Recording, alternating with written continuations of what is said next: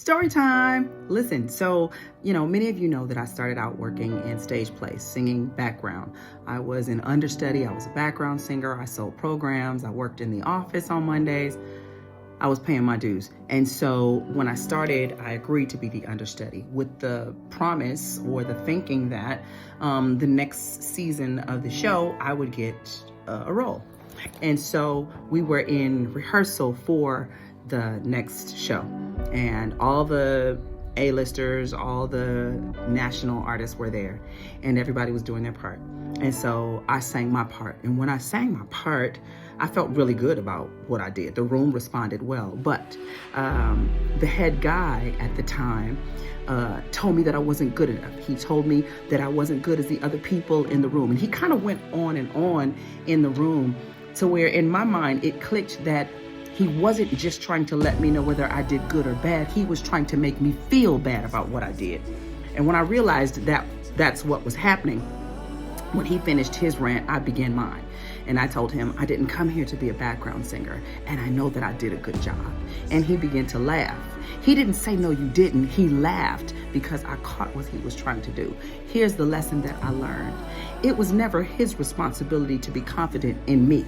It was always my responsibility. So even when he said he didn't believe and he didn't hear and he didn't think, in my mind, you just don't know I'm awesome, but I am. But even if you don't think so, it's not my job to prove it to you. If you don't see it, I'm on to the next one who my voice is assigned to. Needless to say, further on in the show, I ended up being a main character. I was not an understudy in that particular show.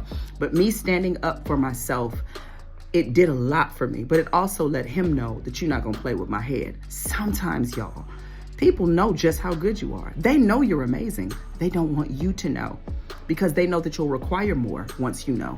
They know that you'll stand different in a room when you know. And they'll know that they can't control you because you're hanging on their acceptance, on their approval. I want them to like me. Please like me. Will you like me? Sometimes they never will. Don't you dare hang your hat on what they got to say. What do you think? What has God already said to you about you? You've got to believe it. Now, of course, in that process, I was rehearsed. I knew my lines. I knew the song. I knew the part. I did my part. Right? And even if he didn't think I was good enough, he didn't say you haven't made it there. He said, you're not as good as them. That automatically puts you in a position of comparison. Comparison automatically makes you feel bad about yourself. So I knew it wasn't coming from a good place. So I didn't accept it. If someone corrects me and they're trying to help me, I will receive it all day long. But if you're just trying to keep me low so you can control me, it'll never work with me. Don't you let it work with you.